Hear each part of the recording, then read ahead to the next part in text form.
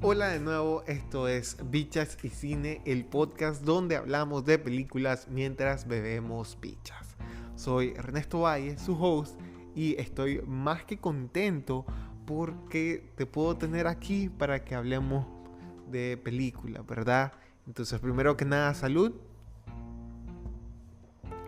Y nada, pues este podcast pues lo puedes escuchar en tu plataforma favorita como Spotify o Apple Podcast, y puedes también verlo en YouTube, ¿verdad? Sea cual sea el servicio que escojas, te voy a pedir que te suscribas si así lo permite la plataforma, y si puedes compartírselo a algún amigo o amiga que creas que va a disfrutar pues del contenido que yo hago y que además va a disfrutar de las recomendaciones que hago en este programa, pues más que gracias, ¿verdad? En la descripción del episodio también están nuestras redes sociales, así como otras formas con las que vos podés apoyarnos, ¿verdad? Este episodio una vez más es traído a ustedes gracias a los Patreons del podcast. Y vos te puedes preguntar cómo puedo ser uno. Y bueno, para eso también en la descripción está una dirección donde vos vas a poder conocer tanto de los beneficios como de otras formas que tenés para apoyarnos, ¿verdad? Ahí específicamente en el Patreon hay membresías donde por cierto monto, ¿no?, va a tener beneficio, entre ellos la indicación de cómo le hice yo para ver estas películas de las que hablo, ¿verdad? Este episodio, como ustedes ya saben, es el número 30 y eso significa que es especial, y ese especial se lo vamos a dedicar a un director del que muchos me han escuchado hablar en más de alguna ocasión. Así que vamos a ello.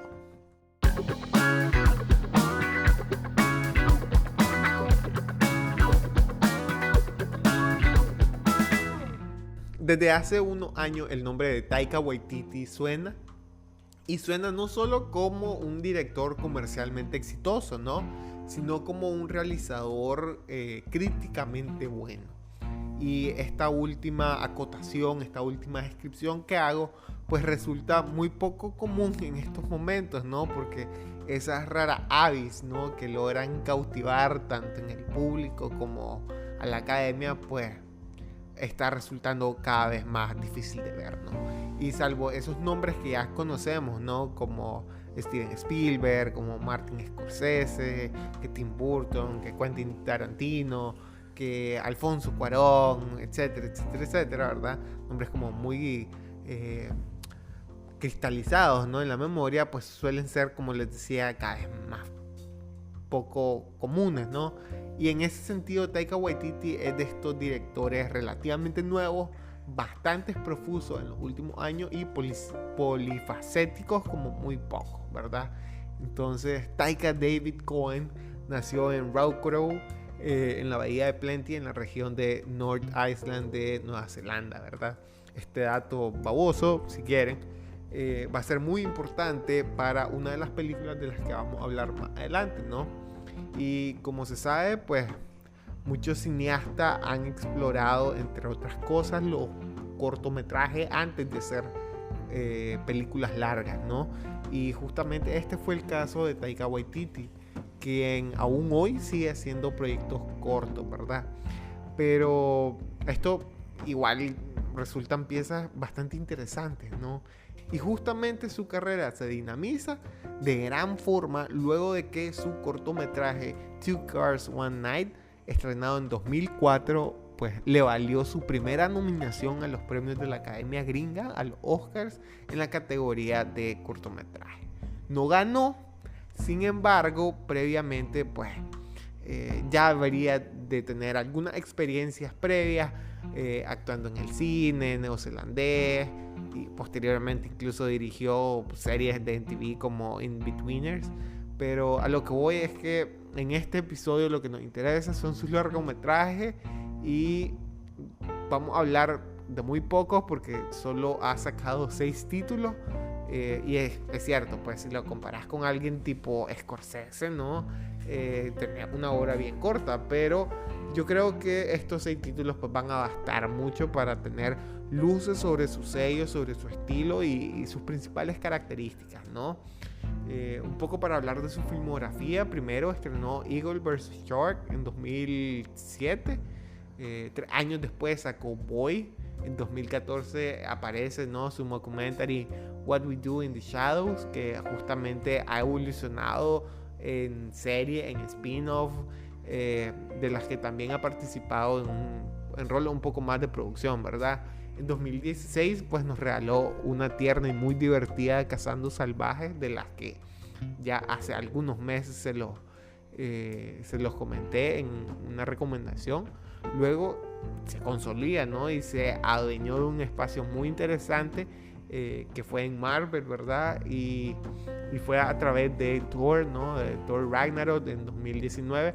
Esto además le valió el contrato para la próxima entrega de Thor, que es Love and Thunder en 2022. Eso sí, no puedo dejar pasar Jojo Rabbit, que fue estrenada en 2019 y que le valió pues su primer Oscar como guionista. Y antes de caer en mi propuesta de top de películas de Taika Waititi, de las que no hemos hablado en este podcast, sí quiero compartirle algunas claves pertinentes, creo, para enfrentar a este director y comprenderlo en lo que pues yo me atrevo, ¿verdad?, a llamar su genialidad, ¿no? Y yo creo que cuando nos enfrentamos a este director, algo que llama la atención es que a Taika Waititi no le molesta salir en la pantalla larga, ¿verdad? Más bien yo creo que le encanta, porque pues siempre tiene un rol, ¿no?, en sus producciones, ya sea grande, ya sea pequeño, pero siempre está. Por ejemplo, en Thor, este personaje de Korg, que es bien cómico, pero por ejemplo en Cazando Salvajes, un personaje que casi no sale, pues, o sea, es casi un cameo que hace como un reverendo, ¿no?, en una iglesia local, ¿no?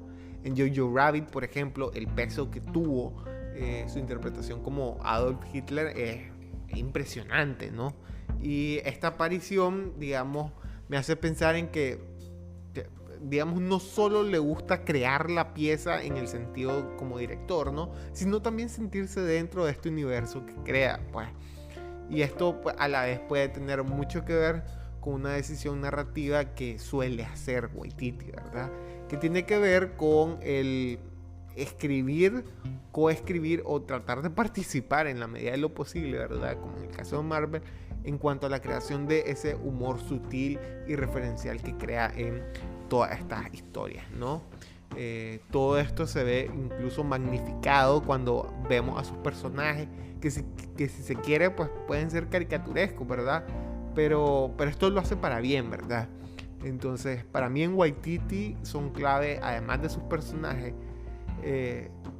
sus personalidades, ¿verdad? Suele elegir o pretende elegir bastante los marginados, personajes que no tienen lugar o que no lo encuentran, como Richie Baker, por ejemplo, en Cazando Salvajes, o como el mismo Jojo, ¿no?, que pese a ser el wannabe nazi más grande del mundo, el mero fanático de Hitler, pues no calza precisamente en las juventudes nazis, ¿no? A fin de cuentas, su filmografía pues se apoya mucho en este tipo de personajes para relatar historias cargadas de comedia edificante y con mucho corazón, ¿verdad? Entonces, para mí, todo esto al final se traduce en que uno siente cierta empatía, que al terminar de ver pues las películas, uno termina con una sonrisa. Pues esto muy cursi, si se quiere, pues es bonito, pues, ¿no? Y ahora posiblemente ustedes se preguntan cómo vamos a ver pues todo esto en sus películas, ¿no? El spoiler es que para mí las dos mejores películas, pues ya le hablé de ellas en algún momento. Y como les decía, en primer lugar, para mí está Jojo Rabbit, ¿no? Es la cristalización de todo su estilo, de todo lo que hace. Pero como pues ese fue el primer episodio del podcast, por aquí te va a salir alguna cuestioncita para que puedas entrar. Para los de Spotify, búsquenlo, ¿verdad? Luego, en segundo puesto, indudablemente está Cazando Salvajes, ¿no? Otra recomendación que ya he hecho en estos episodios, que si no la han visto, se están perdiendo de una comedia divertidísima, de una comedia con elipsis montados de forma muy inteligente, de personajes que si bien pueden ser extraños, van a ser muy recordados por ustedes, pues. Y es simplemente un absurdo que es comiquísimo, ¿no? Ahora sí, ya entrando en materia de películas de las que no hemos hablado, What We Do in the Shadows, como ya les comentaba, un documentary que estuvo entre las opciones que yo recomendé para octubre, y lo estuvo porque creo que en los últimos años es lo más novedoso que he visto en lo que se refiere a vampiros, sobre todo por la capacidad de agarrar estos tropos comunes de el género, ¿no? de vampiros, ¿no? Los chupasangre y el terror, ¿no? Y lo hace para actualizarlo y hacerlos chafa, puede hacer los chistes, pero sin caer en una parodia banana, pues, ¿verdad?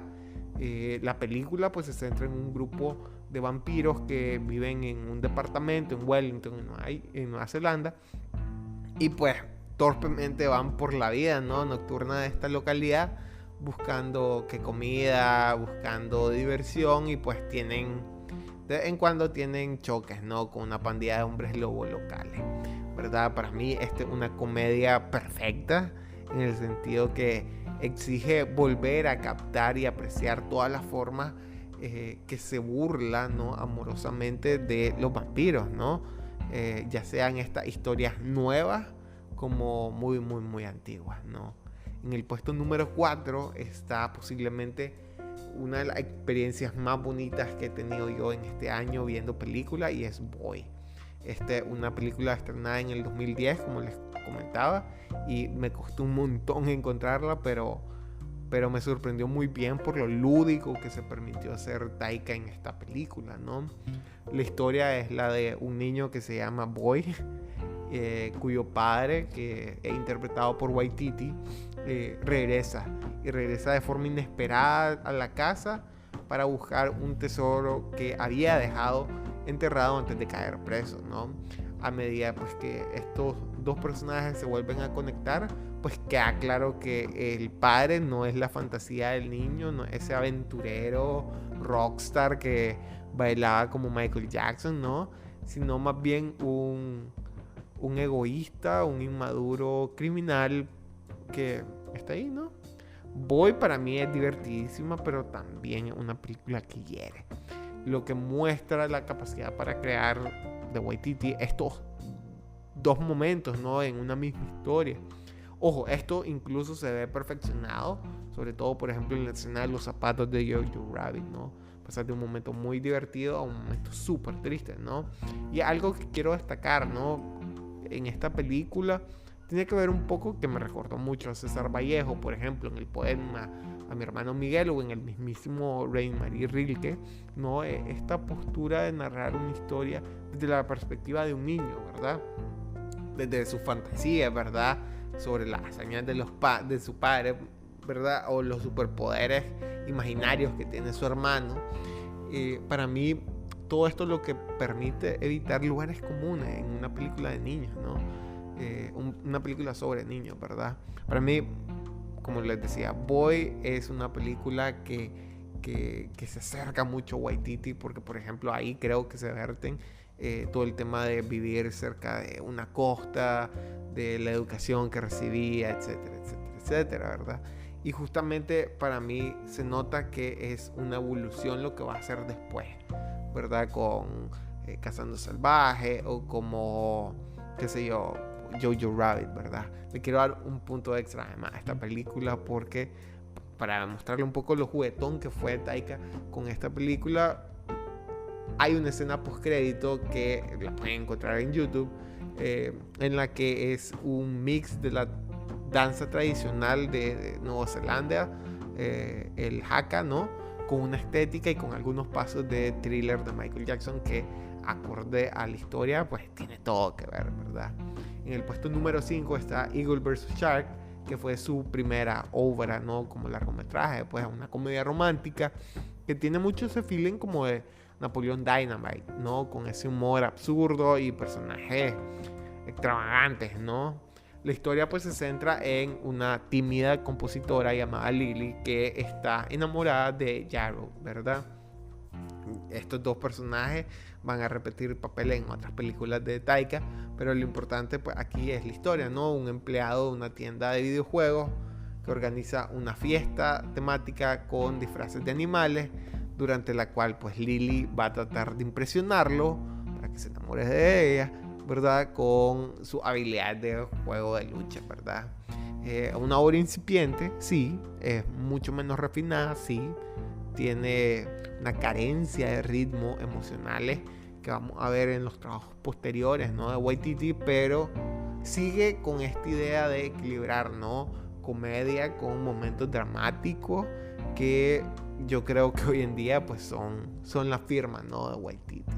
En el puesto número 6 está Thor Ragnarok, que pues marcó el salto comercial como tal de Waititi, y eso que aunque no lo escribió él, pues sí se siente, ¿no? En general, y en la actuación incluso de Hemsworth, un tono más cómico, un tono más equilibrado cuando lo toca hacer, ¿verdad? Críticamente, pues una película grande en cuanto a Marvel, ¿verdad? Revitalizó incluso esta marca como tal, hago referencia a Thor, ¿no? Pues sin embargo es Marvel, ¿verdad? Y en ese sentido, pues obviamente va a distar de sus otras películas, ¿verdad? Y bueno, ahora pues les toca a ustedes ver y disfrutar este director. ¿Qué les parece?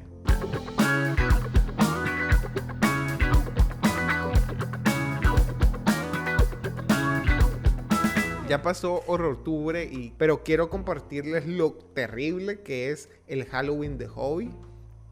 Esta es una película que creo que se la mencioné a Sebastián Verde en el episodio de lo mejor de 2020, pero no para bien, ¿verdad? Y es que creo que estábamos hablando de que después de Uncut Gems, Adam Sandler se prometió hacer su peor película y no hay nada más que destacar que lo cumplió el hijo de puta. Lo cumplió el cabrón, ¿verdad? Una persona, es lo que siempre ha hecho Adam Sandler, ¿no? Un idiota que lo basurea a todo el mundo y que luego pues van a necesitarlo todo el mundo para resolver la trama, ¿no? Solo que pues esta vez se contextualiza, ¿no? En La Noche de Bruja, y pues le meten como ciertos factores ahí paranormal, ¿no? Pero pues es su humor típico físico, pedo, bla, bla, bla, ¿no? No la vean.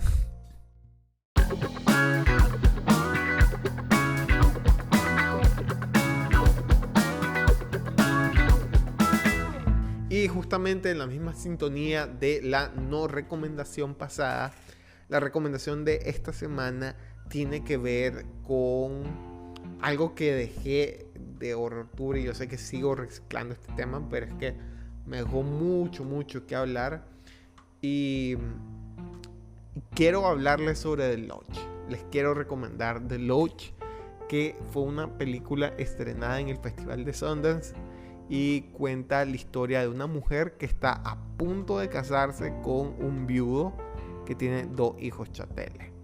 Lo que en apariencia pues va a ser una vacación en una cabaña en las afueras de X ciudad, pues se convierte rápidamente en una mierda, en una pesadilla terrible, cuando el pasado de la mujer pues vuelve a atormentarla, y con ello pues, como les decía, todo se va a la mierda, ¿verdad?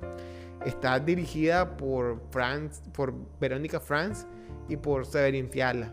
Y esta película toca un poco de refilón como el tema de la psicología, ¿no? De la secta, así como también el fanatismo religioso. Por un lado cuenta con una actuación corta pero bastante interesante de Alicia Silverstone, pero también del Gardel Jaden Martell, que posiblemente lo recordarás como Billy de niño en It, la nueva entrega, ¿no?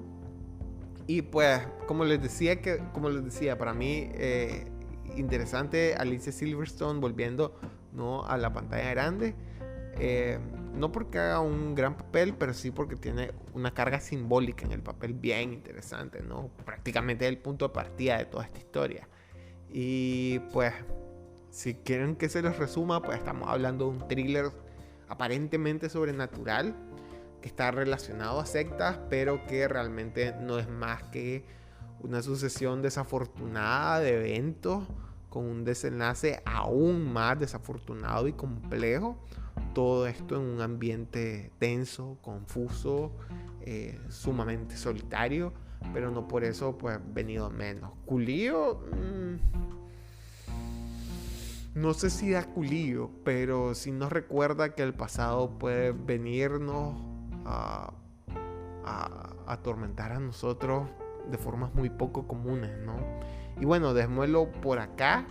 Sí, hasta acá quiero agradecerte porque pues episodio un poco largo, pero sí te pido que lo compartas si te cuadró este contenido y pues que sigas nuestras redes sociales. Déjame like si la plataforma te lo permite, así como suscribirte, ¿verdad?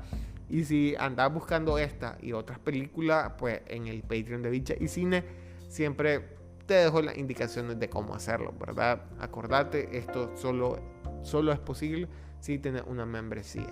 Ahora, recuerden los mensajes de cajón: quédense en casa, lávense en mano. Los mensajes de cajón: quédense en casa, lávense las manos y vacúnense si pueden. Hasta la próxima semana. Chao.